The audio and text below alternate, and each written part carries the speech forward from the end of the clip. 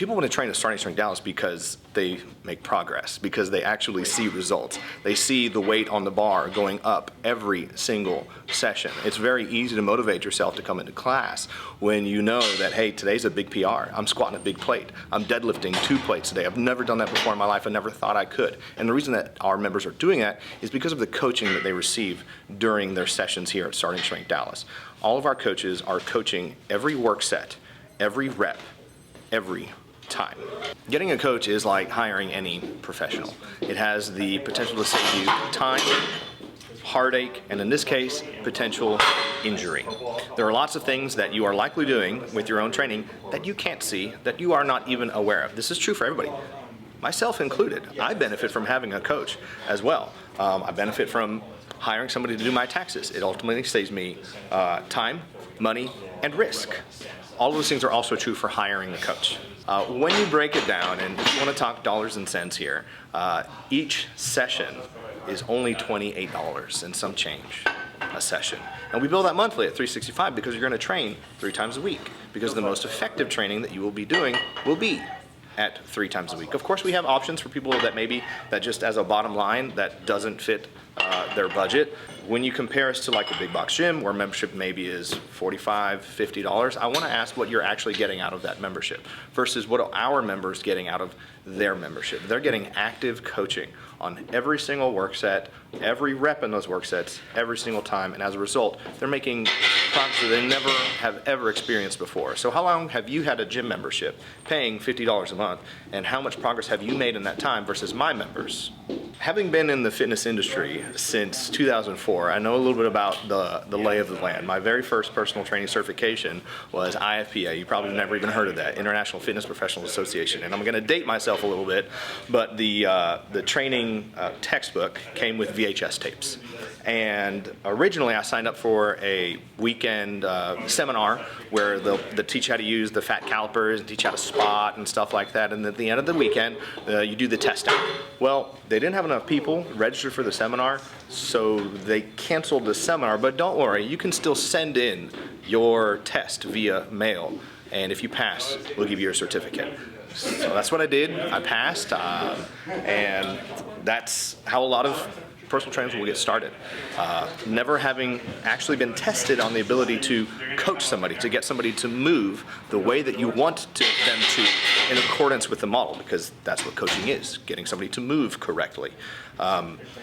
That's actually the standard, is taking a test, answering a multiple choice type of evaluation, and lo and behold, you are a personal trainer. Now, that's a very different scenario than the Starting Strength Coach credential, where we require people get up on the platform and coach another lifter. Oftentimes we give them the hardest lifter out of the group to see, can they get this person to move in accordance with the Starting Strength moment arm model of barbell mechanics. That's a game changer. I remember my very first seminar when Rip stood up and said, only 10% of you guys are going to pass. And I look around, there's 22 people. I've been in the game for 8 years at this point. I've got a degree in exercise, sports science, and I saw, okay, 2 people are going to pass, 22 people. Me and who's the other guy? I didn't pass the first time, nor did I deserve to. I doubled up on everything that I was doing to prepare myself for it, and the second time around I did pass. There's only 120 something starting strength coaches in the entire world, and all of us get business just from being a starting strength coach. We are sought out after. I've had my CSCS, which is considered the gold standard in personal training and in the strength and conditioning world, since 2008. 0 phone calls because of that. Well, I would say, first of all, we are starting strength after all, and we coach people that are completely opposite ends of the spectrum, from completely, detrained, deconditioned, can barely keep my breath while doing a set of 5 deadlift, to very physically active specimens. We can train all of them. There are modifications that we can do if somebody can't do a deadlift off the ground, for example. If somebody's not capable of squatting their own body weight, which happens on a regular basis, we have methodologies to get them past that. And people that are strong are harder to kill, by the words of Mark Ripito.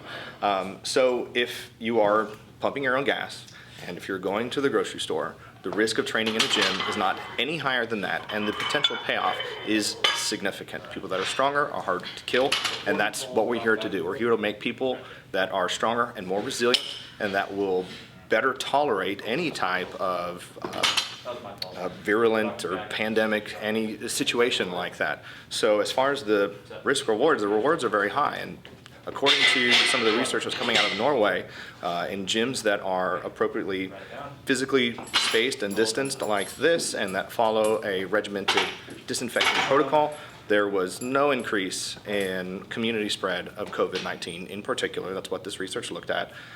So I look at the gym and I say this is the place to be.